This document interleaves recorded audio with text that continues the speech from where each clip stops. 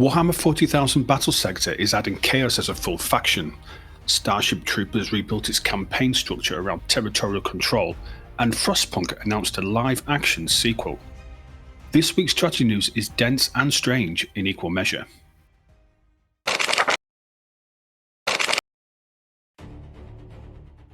Today we're looking at Slytherin's latest expansion for Battlesector, a fundamental rework of Starship Troopers Terran Command's campaign model, and a handful of projects either entering or escaping early access. And at the end we'll explain why dozens of people will spend February freezing in a Polish fort while pretending to govern humanity's last city. Slytherin have announced the Black Legion DLC for Battlesector, launching on December the 9th.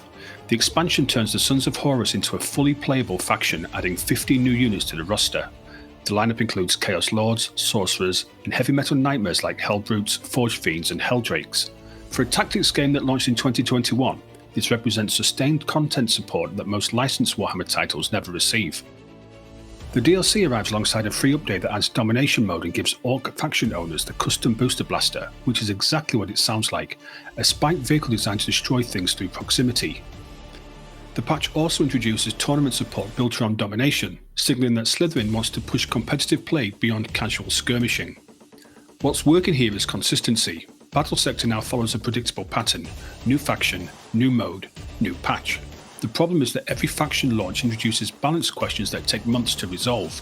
The Black Legion's toolkit looks strong enough to dominate multiplayer into the next round of adjustments. If you're playing competitively, expect the meta to tilt hard towards Chaos in the next 3 months whilst the developers catch up. What makes this worth noting is how rare sustained support has become for Warhammer Tactics games. Most get 1 year of DLC then disappear. Battlesector keeps expanding, and while the balance issues are real, the commitment to long-term development keeps the game from becoming another abandoned licensed product. If you've been playing Battlesector recently, drop a comment about how the balance feels right now. Are the matches still fair, or has power creep started to pull things apart? While Battlesector continues building outward, another Slytherin title just rebuilt its core structure. Starship Troopers Terran Command just released its largest free update since launch. Territory mode replaces the linear mission structure with a persistent campaign map where you fight for control of territory points that generate resources over time. The shift turns the game into something closer to a strategic layer RTS, where individual missions feed into a larger war for planetary control. The update includes 27 maps and 3 battle groups: Ground Pounders, Hellraisers, and Peacekeepers. Which ones you can access depends on which DLCs you own, meaning your content library now determines your strategic options in the campaign. The integration is deeper than most post-launch updates manage, turning previous cosmetic purchases into gameplay variables. Community response is split between players who appreciate the open-ended format and those who've already found exploits.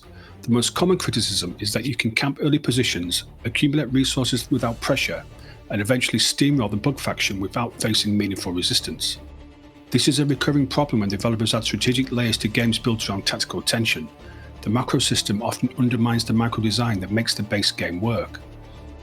Still, this is the first time Terran Command has felt like a platform designed for long-term play instead of a single campaign experience. If the developers keep iterating on territory mode, it could evolve into something closer to a persistent RTS sandbox. Right now, it's promising but unbalanced, which still puts it ahead of most post-launch overhauls.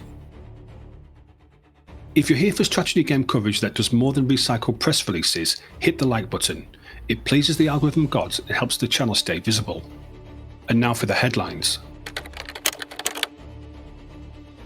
Outside Slytherin's ecosystem, several projects move forward. Heroes of Might and Magic Olden Era ended up as the second most played demo during Steam Next Fest, which should embarrass Ubisoft. The demo's success proves the formula still works when someone builds a real tactics game instead of a mobile port disguised as a PC release. Stellaris announced its next species pack, Infernals, launched on November the 25th alongside update 4.2, Corvus. The expansion focuses on volcanic civilizations that thrive on molten worlds, adding new origins like Cosmic Dawn and Red Giant, plus a crisis path called Galactic Hypothermia. Paradox decided the universe needed more fire, so they're delivering exactly that. Farthest Frontier officially left early access after 3 years of development. The final version includes mod support, complete tech trees, bridges, fortifications, and victory conditions. What started as a fragile survival sim has grown into a mid-scale city build with real depth.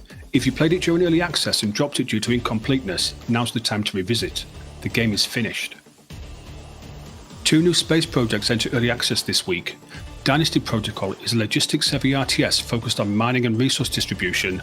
Stellar Reach is a 4X game featuring machine civilizations, real-scale star systems, and an overwhelming number of tech trees. Both are early, both ambitious, and both will probably spend years in early access before reaching their final versions. But at least developers are still attempting big-scope strategy projects when most of the industry has moved towards safe sequels. And then there's Frostpunk, which decided video games weren't sufficiently miserable. The Frostpunk team announced an official live-action roleplay event scheduled for February in a historical fort in Poland. The event is called The Last Recon, and the premise is straightforward. Participants will deal with food shortages, moral dilemmas, and aggressively cold weather while role-playing survivors in the frozen apocalypse. Tickets are available for purchase, and there's a discount code, because nothing says community engagement like paying to freeze while making ethical decisions in character. The announcement came with new cosplay guides for in-game factions, suggesting this isn't a one-time publicity stunt. The commitment level here is impressive, if slightly unhinged. Most game studios stop at fan conventions. 11-Bit Studios is asking people to spend a weekend governing fictional populations in sub-zero temperatures. That covers the week. Chaos Armors in Battlesector, Territorial Warfare in Starship Troopers, City Builders graduates from early access, Space Empires entering it, and one frozen roleplay event in Poland. Strategy gaming is having a strange productive year. Slytherin keeps delivering consistent support, Paradox continues expanding its established franchises, and indie developers quietly carry the genre's experimental edge. That's all for this week. Subscribe so you don't miss future strategy gaming content, and visit criticalmovespodcast.com to find all the ways to get in touch. See you next time.